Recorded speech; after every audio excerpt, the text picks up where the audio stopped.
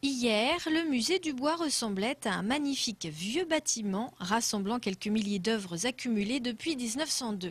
Aujourd'hui, le musée Nogentais ressemble plutôt à une coquille abîmée par le temps, dépouillée de ses statues, de ses peintures, de ses dessins.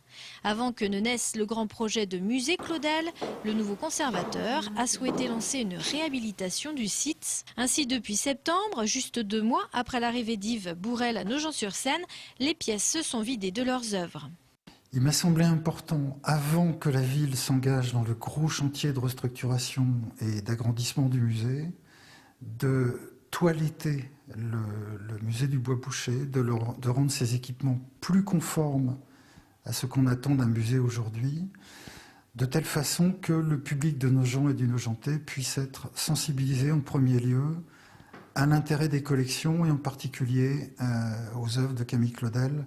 Travaux de peinture, ajout de moquettes anti-bruit de pas, modification complète des éclairages et installation de LED, mise en place de stores filtrants, nouveaux supports muséographiques pour une scénographie nouvelle et un nouveau parcours.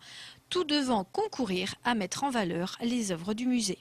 Au rez-de-chaussée, là où on trouvera les sculptures de Camille Claudel, on va jouer sur une atmosphère qui va être teintée dans les bleus nuits, donc une atmosphère très sombre, où les sculptures de Camille Claudel, qui sont très expressives, vont gagner encore en expressivité.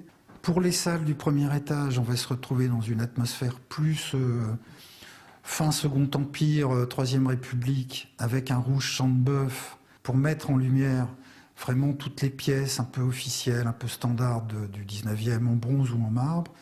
Et au deuxième étage, qui va être surtout consacré aux peintures, donc peinture ancienne, peinture 19e, là, on va jouer sur une atmosphère grise qui va être quelque chose de beaucoup plus reposant. En attendant la fin des travaux prévus pour avril-mai 2010, les 4500 œuvres de Boucher, de Dubois, de Claudel, de Boswillwald, entre autres, ont été mises à l'abri. Alors là, on est dans la réserve du musée et on est en train de procéder à l'aménagement complet de l'espace. Donc, au jour d'aujourd'hui, la première salle a été complètement équipée. Ce sont des pièces qui donnent des conditions de conservation qui sont tout à fait correctes et qui nous permettent de ranger correctement la plus grande partie des collections et à terme, toutes les collections qui sont actuellement stockées un peu à droite ou à gauche. Les travaux du musée du Bois devront durer jusqu'en avril prochain pour un coût prévisionnel de 120 000 €.